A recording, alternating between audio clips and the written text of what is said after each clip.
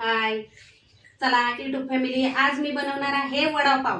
आता वडापावसाठी बघा बटाटे उकडून घेतलेले आहेत.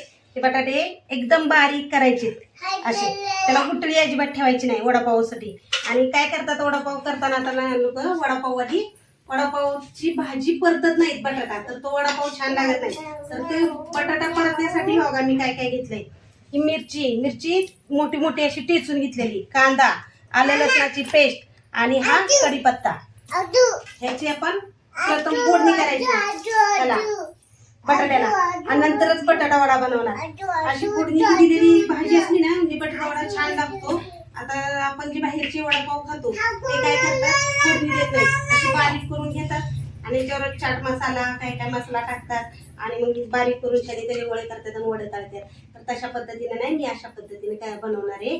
बघा माझी कशी पद्धत आहे ती वडापावची, आणि तुम्हाला आवडते का मला नक्की सांगा.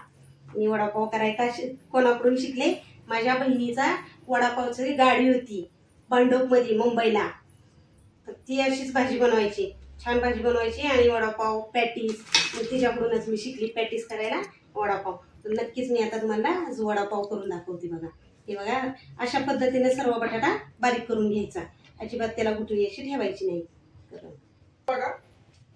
मोहरी, कढीपत्ता, मिरची कुटलेली, कांदा, आला लसूण पेस्ट. त्यानंतर मी सर्व मसाला टाकला होता की नंतर हळद मीठ टाकलं आणि डायरेक्ट बटाटा टाकला, त्यावेळेस काय काढला नाही. त्या अशा पद्धतीनं भाजी चांगली परतून घ्यायची. बघा आपलं इतका छान होतो ना थोडा, मग टेस्टी लागतो. भाजी पूर्ण तयार झाली, थंड पण झाली.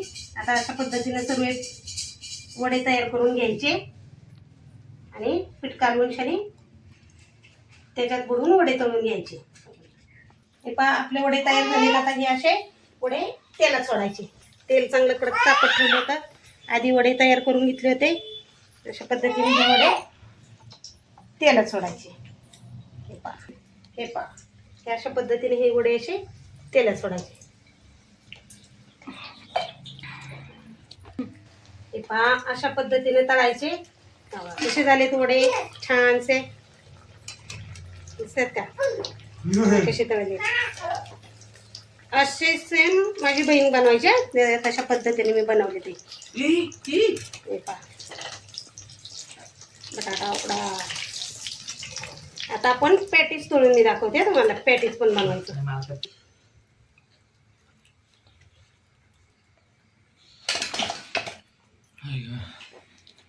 हे पाव वडा, हे पाव. आता पॅटीस बनवते. बघा पॅटीस कसं बनवायचं ते दाखवते. हे पहा आता आपण पॅटीस करायचंय, त्यासाठी ही भाजी अशा पद्धतीने एका ब्रेडवरती लावायची. हा माझी नात आली ना, तिच्या गावाला गेली होती, ते चला म्हणलं तिच्यासाठी वडापाव बनवावा आणि पॅटीस हा दुसरा ब्रेड असा ठेवायचा. परत ह्या पण ब्रेडला दुसऱ्या हे लावायचं, भाजी लावून घ्यायची अशी, आणि हा असा ठेवायचा ब्रेड. ओ थांबा बाळा, ओ ग आपण पॅटीस करते मी तुला. हे पहा आता आपण हे असं कट करून घ्यायचं. एकाचे दोन ब्रेड पॅटीस झाली. बघा आता हे आपण तळून घेणार. अशा पद्धतीने तेलात सोडायचं.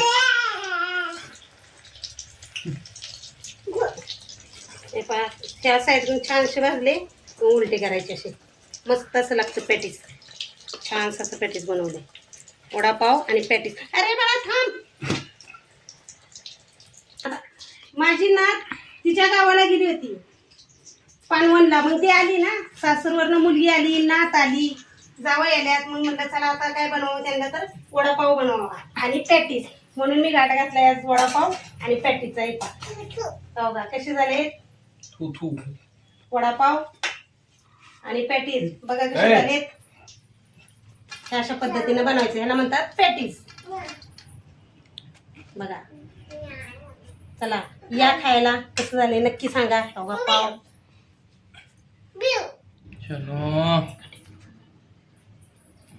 अजून मिरच्या तळायच्या या. पहिला वडापाव युट्यूब फॅमिलीला. या मग कसं झालंय नक्की खा आणि मला सांगा. चला मग पुन्हा भेटूया पुढच्या व्हिडिओमध्ये.